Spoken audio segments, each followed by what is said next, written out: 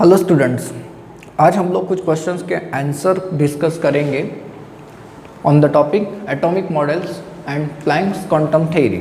इसके पहले के एमसीक्यूज मैंने आप लोगों को सॉल्व करने के लिए कहा था और आप में से बहुत से लोगों ने उसमें से सही सॉल्व किया। Very good.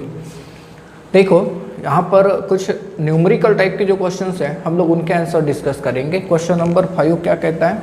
The energy absorb by each molecule A2, एक मॉलिक्यूल कौन सा है? A2 of a substance is 4.4 into 10 to the power minus 19 joule and bond energy per molecule is 4 into 10 to the power minus 19 joule. The kinetic energy of molecule per atom, ये हमें calculate करने के लिए कहा है। तो kinetic energy पर atom अगर हम लोग ये कैलकुलेट करते हैं तो इसके लिए हमें जो फॉर्मूला यूज़ करना होता है वो होता है एनर्जी एब्जॉर्ब्ड पर मॉलिक्यूल, एनर्जी एब्जॉर्ब पर molecule minus bond energy per molecule, bond energy per molecule divided by atomicity of molecule, atomicity of molecule. देखिए, अब आपके पास ये बहुत सिंपल कंसेप्ट था, हम लोगों ने थ्योरी में ऐसा नहीं पढ़ा, न्यूमेरिकल आ गया।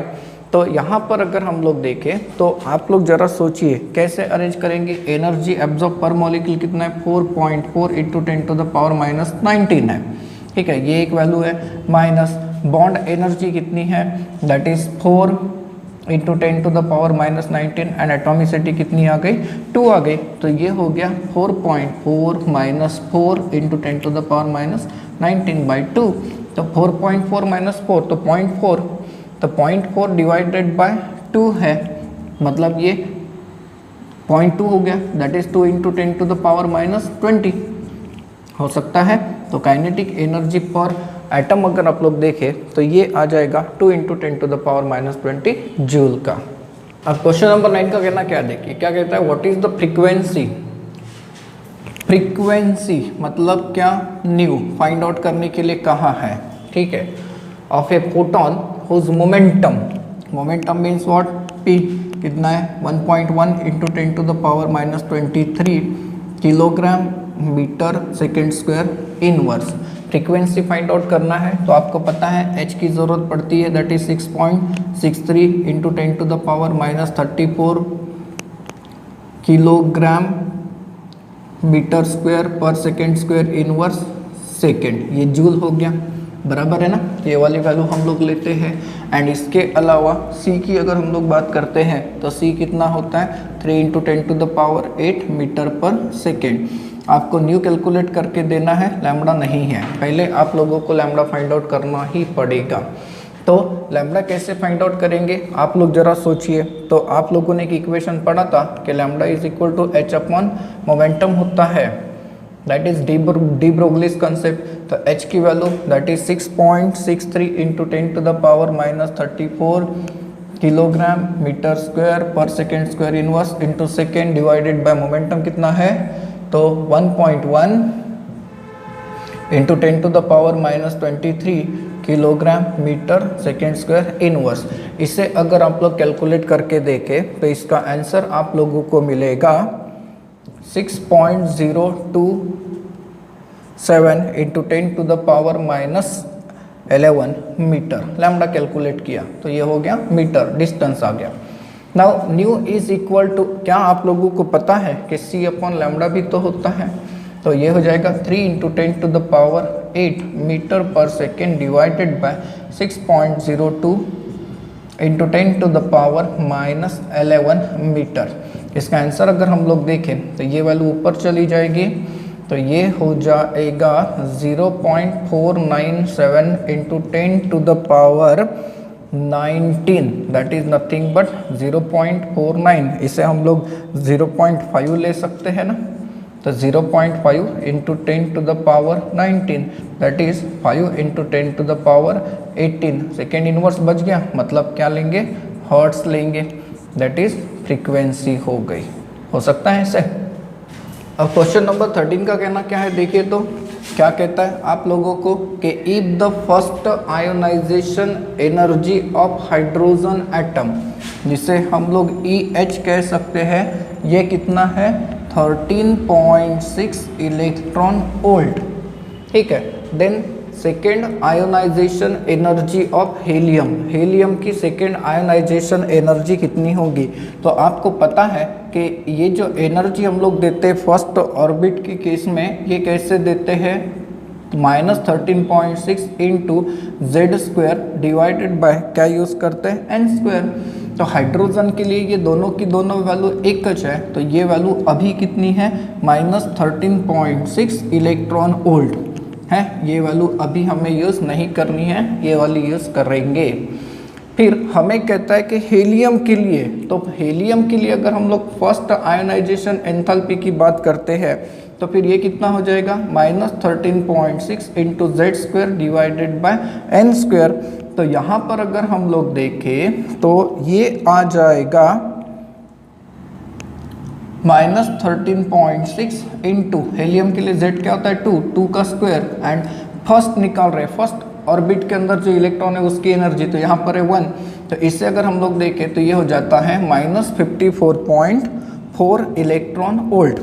फिर आपको कहता है the second ionisation energy of helium, तो हीलियम का सेकेंड आयोनाइजेशन देखिए, फर्स्ट ऐसा हो गया एंड सेकेंड ऐसा हो जाएगा, मतलब इलेक्ट्रॉन इन्फिनिटी पे चला जाएगा एटम के बाहर।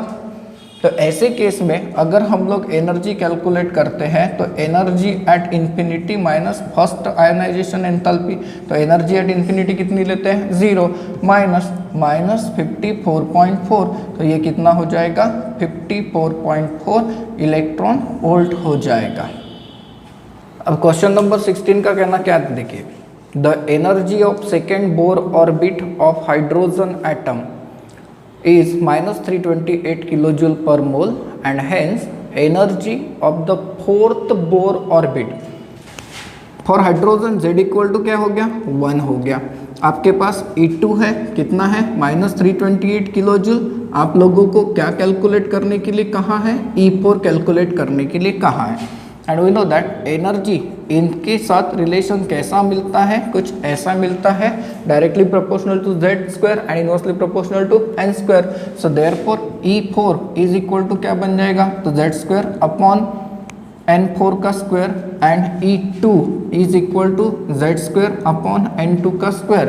दोनों का रेशियो लीजिए तो E4 अपॉन E2, तो E4 क्या है, तो Z square upon N4 square into यहाँ पर ये लेते हैं तो ये हो जाएगा N2 square into sorry divided by Z square, ये तो चला गया, that is N2 square by N4 square.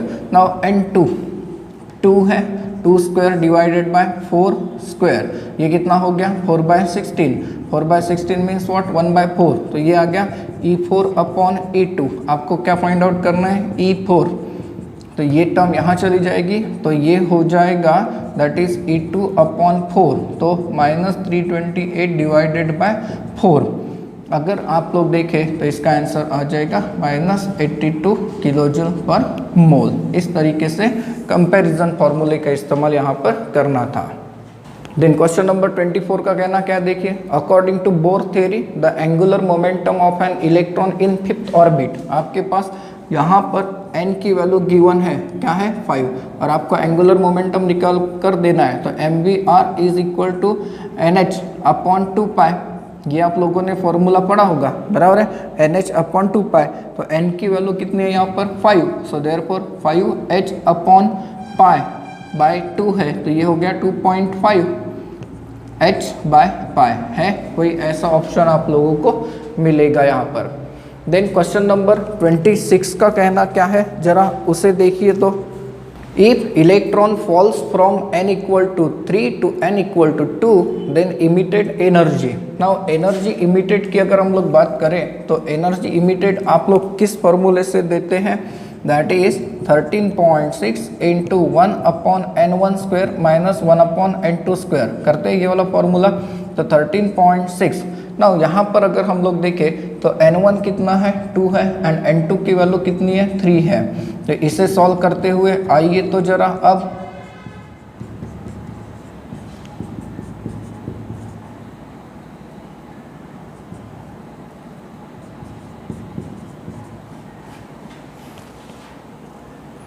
You will get 1.9 electron volt. इतनी एनर्जी आप लोगों को मिलेगी जब इमिट हो जाएगा electron from n equal to 3 to n equal to 2। अब क्वेश्चन नंबर 28 का कहना क्या है, देखिए the specific charge of proton is 9.6 into 10 to the power 7 coulomb per kilogram. Then for an alpha particle it will be, एक चीज़ की तरफ ध्यान दीजिए, दैट इज हाइड्रोजन मतलब प्रोटॉन बराबर है एंड अल्फा पार्टिकल मतलब हेलियम। इसका एटॉमिक नंबर 1 होता है, इसका एटॉमिक नंबर 2 होता है। अगर यहाँ पर स्पेसिफिक चार्ज x का है तो यहाँ पर कितना रहेगा, डबल रहेगा। So therefore specific charge on the alpha particle will be half of the specific charge of the proton. रहेगा कि नहीं रहेगा, that is nothing but the specific charge का हाफ रहेगा Q। सो आपके पास Q की वैल्यू है 1/2 of 9.6 into 10 to the power 7। ये कितना हो जाएगा, दैट इज 4.8 हो जाएगा, 4.8 into 10 to the power 7 coulomb पर किलोग्राम। इतना स्पेसिफिक चार्ज रहेगा अल्फा के ऊपर। देन क्वेश्चन नंबर 34 का कहना क्या है, देखिए energy of electron of hydrogen atom in second Bohr orbit. तो यहाँ पर सेकेंड बोर ऑर्बिट हम लोग देते हैं, ऑप्शंस अगर जूल में है तो ऐसे केस में हम लोग क्या यूज़ करेंगे, तो -2.178 into 10 to the power -18 into z² upon n², ये फॉर्मूला हम लोग यूज़ करते हैं। नाउ हाइड्रोजन के लिए z ये तो 1 है एंड n की वैल्यू कितनी रखी है, सेकेंड रखी है, तो this value is to be divided by what 4। तो ये -2.178 into 10 to the power -18 divided by 4 करके देखिए तो इसका आंसर आप लोगों को मिलेगा, that is -5.44 into 10 to the power -19 joule. यहाँ पर जूल था, इलेक्ट्रॉन वोल्ट होता तो -13.6 इलेक्ट्रॉन वोल्ट वाला फॉर्मूला हम लोग यूज करते हैं। देन क्वेश्चन नंबर 35 को देखिए, if change in energy delta E, H Planck's constant and C है तो वेवलेंथ फाइंड आउट करने के लिए कहाँ है। आप लोगों के पास एकदम सिंपल कंसेप्ट है ये, you know that delta E is equal to HC upon lambda होता है। So therefore lambda is equal to HC upon delta E हो जाएगा। H की वैल्यू कितनी लेनी है, 6.64 into 10 to the power -34। C कितना है, 3 into 10 to the power 8 metre पर सेकेंड एंड ये कितना है, 3 इंटू 10 टू द पावर -8 है, बराबर है। तो बस इन्हें एडजस्ट कर लीजिए, ये तो चला गया, ये -8 ऊपर गया, प्लस के साथ इसके साथ कैंसिल करा सकते हैं। इसका आंसर अगर आप लोग देखें तो इसका आंसर आएगा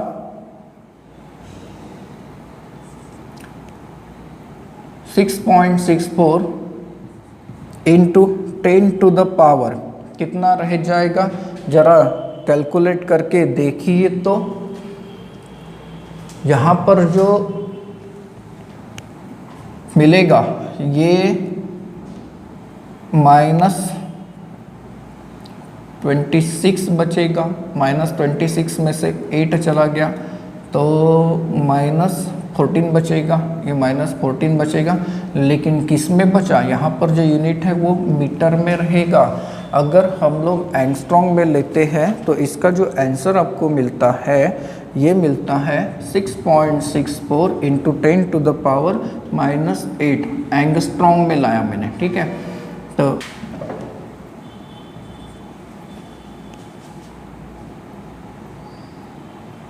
ये इतना आएगा। देन क्वेश्चन नंबर 36 का कहना क्या है, देखिए the radius of the first Bohr orbit for hydrogen. Hydrogen question बराबर याद रखना, हाइड्रोजन के लिए z की वैल्यू 1 होती है एंड फर्स्ट ऑर्बिट का रेडियस ये कितना दिया हुआ है, दैट इज 0.53 एंगस्ट्रॉम दिया हुआ है। The radius of the third orbit का रेडियस निकालना है, तो रेडियस इज इक्वल टू क्या होता है, तो 0.53 इंटू क्या होता है, एन स्क्वायर। तो 0.53 इंटू कितना, कौन से ऑर्बिट का, थर्ड का, तो 3 स्क्वायर मतलब 0.53 इंटू 9 करके देखिए, आप लोगों को आंसर मिलेगा 4.77 एंगस्ट्रॉम। ये हो गया radius of the third orbit.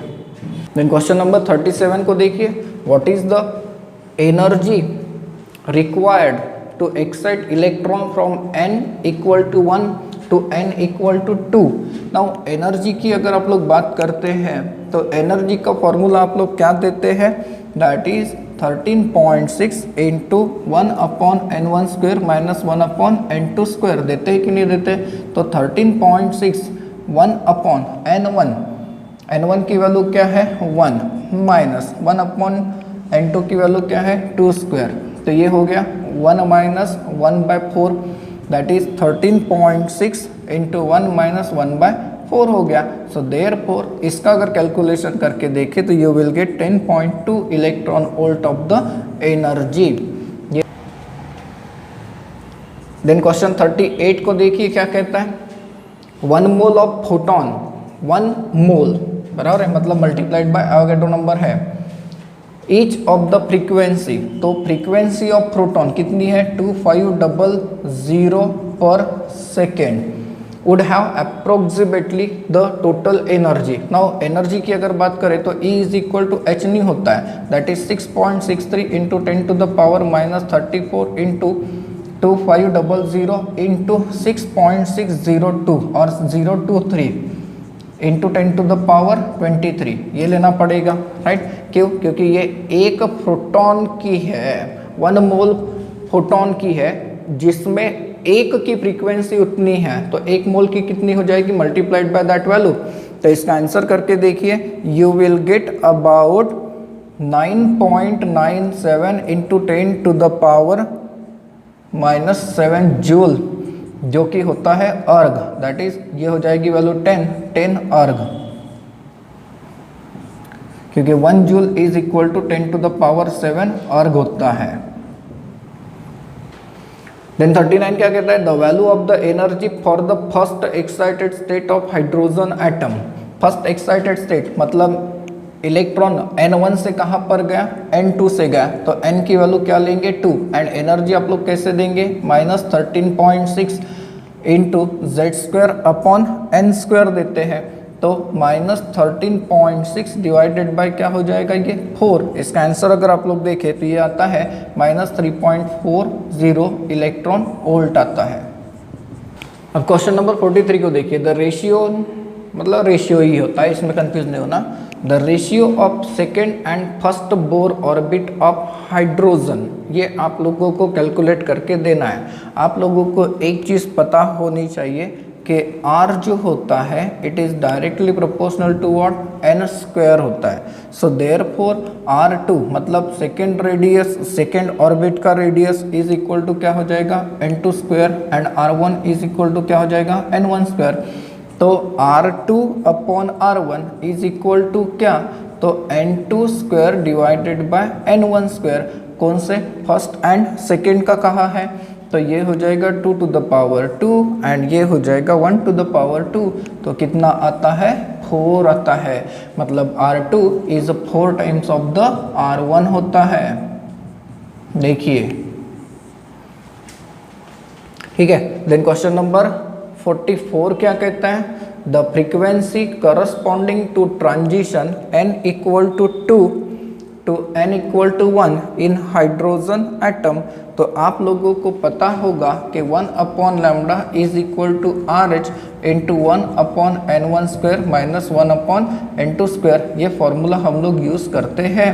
तो n1 यहाँ पर तो 1 है माइनस n2, ये क्या हो गया 2 स्क्वायर। तो इसे अगर हम लोग सॉल्व करते करते जाए तो यू विल ऑब्जर्व के RH इंटू 3/4 इज, ये आपको मिलेगा 1 अपॉन लैम्डा, तो लैम्डा इज इक्वल टू क्या हो जाएगा 1 अपॉन R इंटू 4/3।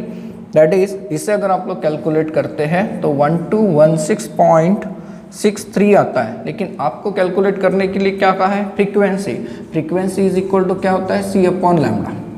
तो c कितना होता है, 3 × 10⁸ मीटर पर सेकेंड होता है। एंड ये जो वैल्यू आई, ये वाली वैल्यू किस में आई होगी, that is in the angstrom आई होगी। तो मैं इसे सेंटीमीटर में कन्वर्ट करता हूँ, 10 सेंटीमीटर पर सेकेंड स्क्वायर, और इसे अगर हम लोग सेंटीमीटर में लेकर चलते हैं तो मैं इसे मल्टीप्लाई कर दूंगा बाय 10⁻⁸ से, तब जाके ये यूनिट सेम होते हैं। एंड अब आप लोगों को आंसर जो मिलता है इसका, ये आंसर मिलता है 24.66 × 10⁻14 हर्ट्ज का।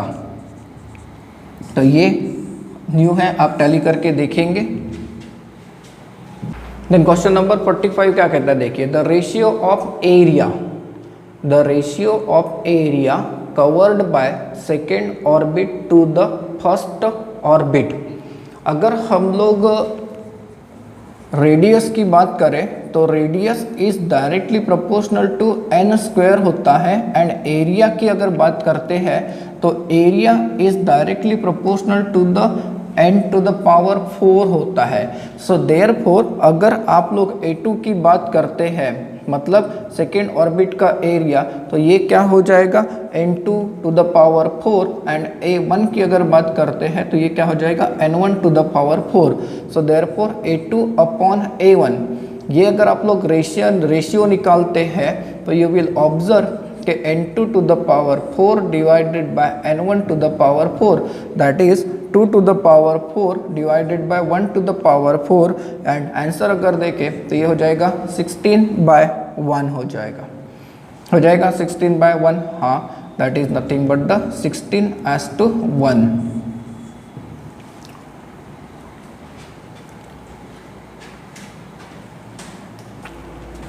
देन क्वेश्चन नंबर 47 को देखिए, the radius of which of the following orbits is same as that of first Bohr's orbit of hydrogen.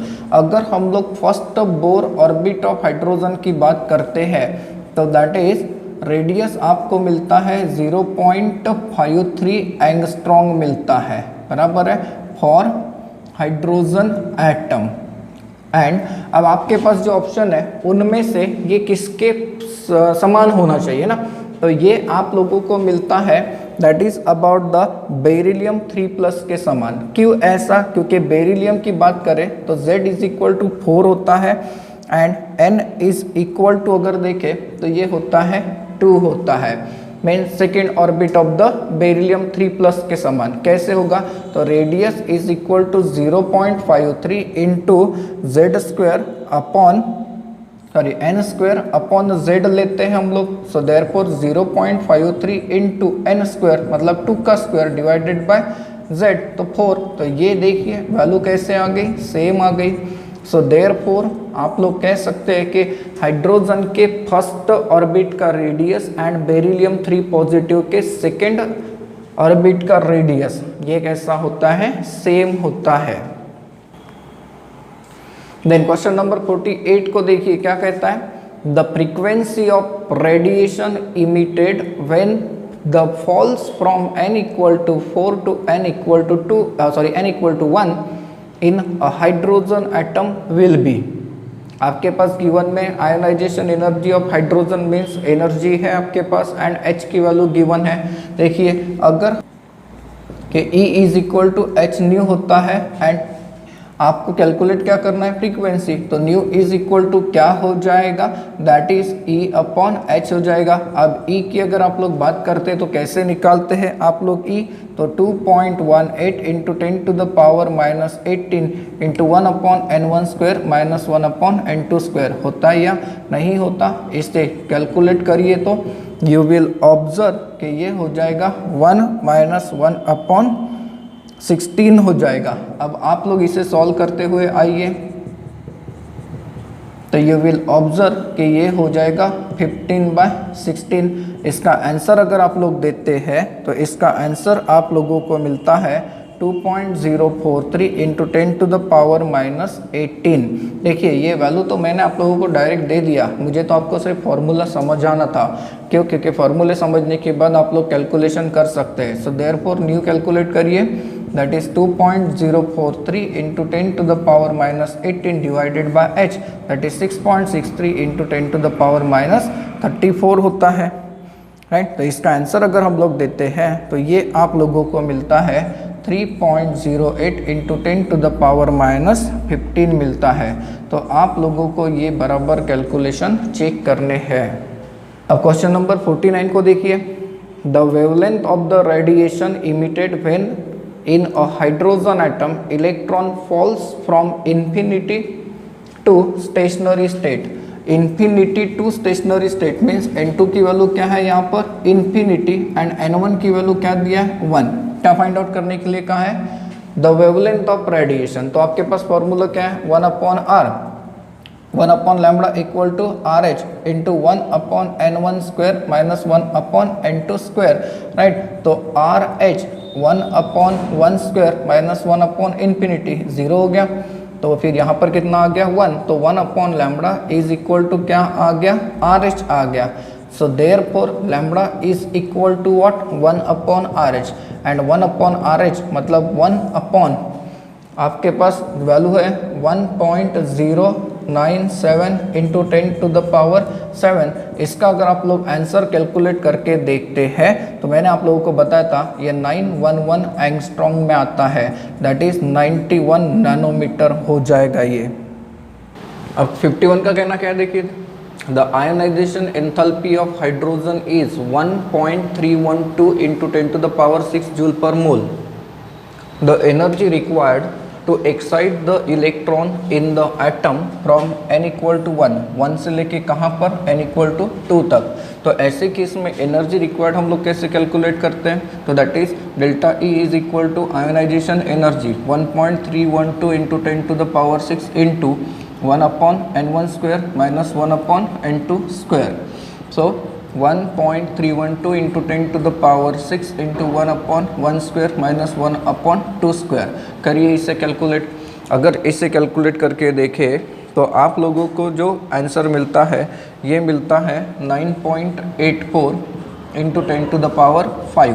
यहाँ से एक कम कर दिया मैंने, तो delta E is equal to आ जाएगा 9.84 इंटू 10 टू द पावर 5। अब क्वेश्चन नंबर 54 का कहना क्या है? The energy equivalent of 2 milligram mass defect. Now energy equivalent of 2 milligram mass defect मतलब ये मास डिफेक्ट एंड एनर्जी के बीच का रिलेशन है। तो मास एंड एनर्जी का रिलेशन आइंस्टाइन इक्वेशन से देते हैं, that is E is equal to mc square. तो यहाँ पर m की अगर बात करें तो ये है 2 मिलीग्राम मतलब 2 into 10 to the power -6 kilogram हो गया, into c square that is 3 into 10 to the power 8, इसका स्क्वायर हो जाएगा। देखिए कितना आएगा आंसर।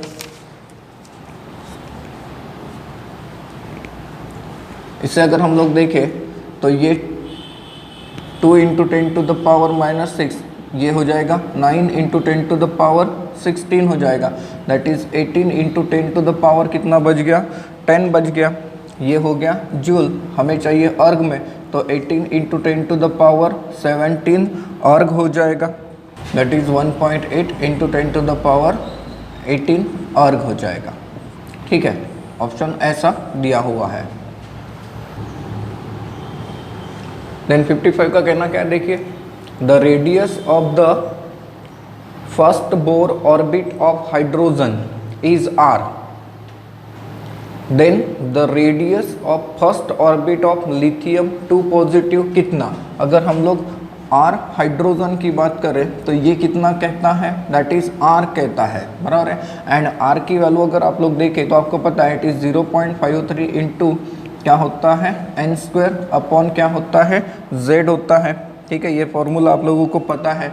नाउ अगर हम लोग लिथियम की बात करते हैं दैट इज, तो ये क्या बन जाएगा 0.53 इंटू 1 स्क्वायर डिवाइडेड बाय 3। क्यों? क्योंकि Z फॉर लिथियम ये कितना होता है 3 होता है। सो देयरफॉर इसे अगर हम लोग कंपेयर करके देखें तो यू विल ऑब्जर्व कि ये 0.53 डिवाइडेड बाय 3 हो गया। That is radius of the lithium. So therefore radius of the lithium ये r/3 नहीं हुआ क्या, क्योंकि ये वैल्यू क्या हो गई, रेडियस ऑफ द हाइड्रोजन, ये वाली वैल्यू, तो r/3 ऐसा कुछ ऑप्शन रहेगा। देन क्वेश्चन नंबर 57 का कहना क्या, देखिए इलेक्ट्रॉन्स विथ काइनेटिक एनर्जी, आपके पास काइनेटिक एनर्जी गिवन है, कितनी है, that is 6.023 into 10⁴ joule per mole है, evolve from the surface of metal, ठीक है, when it is exposed to radiation of 600 nanometre, मतलब वेवलेंथ कितना होगा, 600 नैनोमीटर। क्या फाइंड आउट करके देना है, minimum amount of energy required to remove an electron. Now minimum amount of energy required मतलब थ्रेशोल्ड एनर्जी होता है, बराबर है। तो इसके लिए अगर हम लोग फॉर्मूला देखें तो फॉर्मूला क्या बनता है, that is absorbed energy is equal to threshold energy, threshold energy plus kinetic energy, ऐसा आप लोगों ने फोटो इलेक्ट्रिक इफेक्ट में पढ़ा था। अब काइनेटिक एनर्जी अगर हम लोग इस फॉर्मूले को देखें तो यहाँ एब्जॉर्ब एनर्जी के लिए आप फॉर्मूला क्या देते हैं, hc/λ। थ्रेशोल्ड एनर्जी सपोज मैंने E0 से रिप्रेजेंट किया तो ये हो गया काइनेटिक एनर्जी। नाउ आपके पास h की वैल्यू होती है 6.62 इंटू 10⁻34, ये पता है आपको, लैम्डा 600 इंटू 10⁻⁹ कर देता हूँ तब जाके ये मीटर में बनेगा, क्योंकि यहाँ पर आपको पता है जूल की जगह हम लोग कैसे मीटर ला सकते हैं, इंटू सी, यहाँ पर सी मीटर में ही होगा, right, and E0 is plus के, अब के कितनी है आपके पास, तो 6.023 इंटू 10⁴ जूल पर मोल के लिए है। तो आपको एक प्रोटॉन के लिए चाहिए कितना, divided by Avogadro number, right. तो इसे अगर हम लोग सॉल्व करके देखें तो ये आता है 3.31 into 10⁻⁹ equal to E0 plus 1 into 10⁻⁹ आ रहा है, देख लीजिए। सो देयरफॉर E0 अगर निकालते हैं तो this value minus this value, that is 2.31 into 10⁻⁹ बन जाएगा। तो कितनी मिनिमम एनर्जी लगेगी, 2.31 इंटू 10⁻⁹ की एनर्जी लगेगी। अब क्वेश्चन नंबर 58 का कहना क्या है वो देखिए, a gas absorbs a photon of 355 nanometre and emits at 2 wavelengths, 2 wavelength emit हो रही है। If one of the emission is at 680 nanometre then other is at what. तो अगर हम लोग इमिशन की एनर्जी को देखें तो यहाँ पर 2 इमिशन है, मतलब टोटल एनर्जी ये है E1 plus E2। Now E हम लोग कैसे देते हैं, तो hc/λ से, तो ये क्या बन जाएगा, hc/λ1 प्लस hc/λ2 बन जाएगा। नाउ अगर हम लोग यहाँ से इस इक्वेशन को अरेंज करें तो 1/λ 1/λ1 प्लस 1/λ2 हो जाएगा। आपके पास कहता है कि इमिशन कितने का, पहले 355 का, एंड 2 वेवलेंथ इमिट होती है जिसमें से एक है 680 की, तो दूसरी फाइंड आउट करके दो। ये आप लोगों को कहाँ है, यहाँ से जब आप लोग λ2 कैलकुलेट करने के लिए जाते हैं तो ये आपको मिलता है 742.7 नैनोमीटर की रेंज में। आप लोग इसे अरेंज करके सॉल्व करेंगे।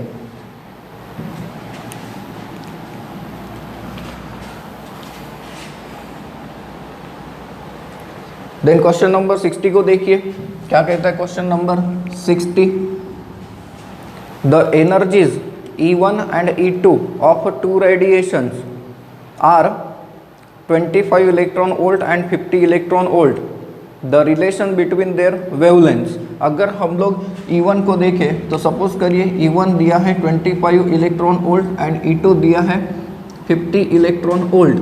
आप लोगों को E is equal to hc/λ, ये फॉर्मूला पता है। So therefore E1 is equal to क्या, E1 is equal to hc/λ1 and E2 की अगर हम लोग बात करें तो E2 इज इक्वल टू क्या हो जाएगा, hc/λ2 हो जाएगा। By dividing E1 by E2 what will you get,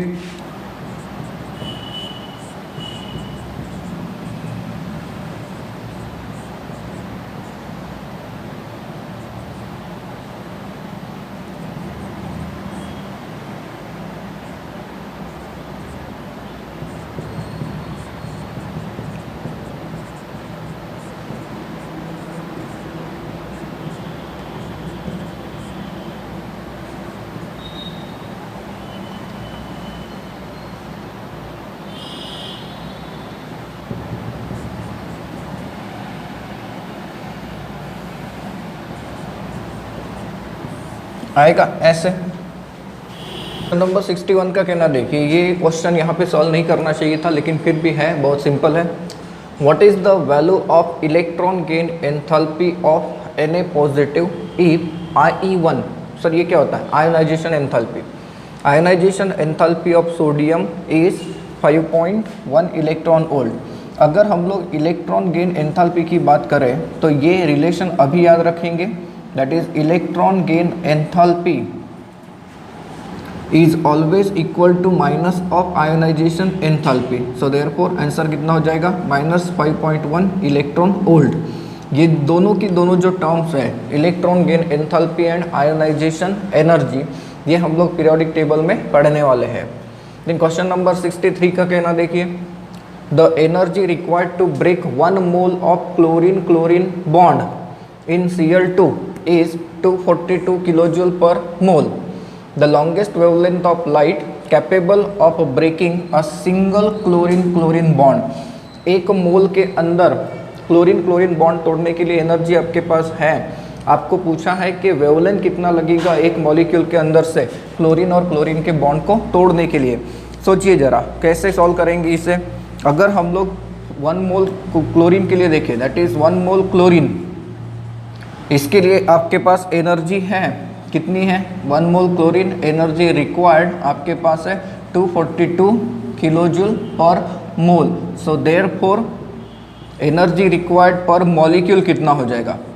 energy required पर मॉलिक्यूल, तो ये हो जाएगा 242 divided by 6.023 into 10 to the power 23। होगा कि नहीं होगा? नाउ आपको पता है E is equal to HC upon lambda होता है, so therefore lambda is equal to HC upon energy.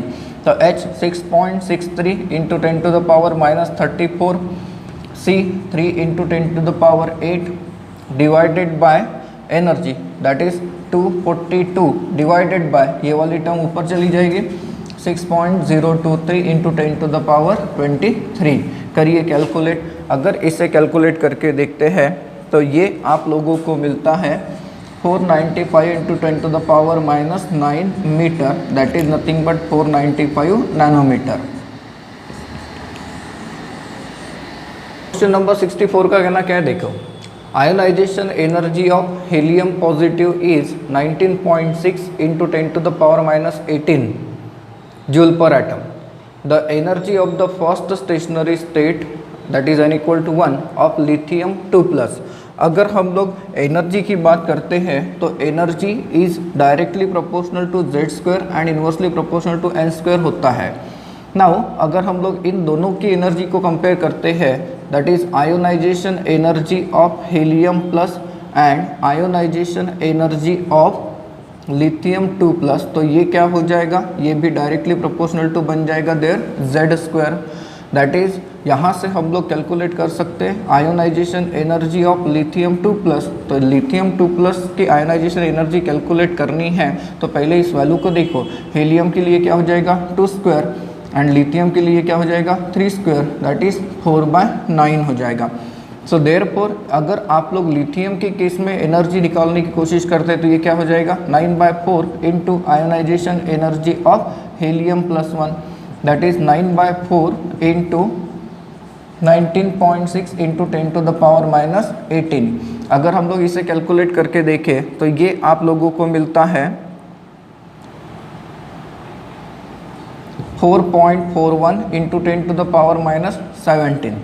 Now ये हो गई आयोनाइजेशन एनर्जी ऑफ Li2+, बराबर है ना। The energy of the stationary orbit calculate करने के लिए कहा है, that is energy of the stationary orbit, energy of stationary orbit. तो ये क्या होता है? तो ये होता है minus of ionisation energy, that is -4.41 into 10 to the power -17, इसका आंसर बन जाएगा। देन क्वेश्चन नंबर 65 को पढ़िए, क्या कहता है? 600 वाट मर्क्यूरी लैम्प आपके पास पावर दिया हुआ है, दैट इज 600 वाट, मतलब 600 जूल पर सेकेंड है, बराबर है।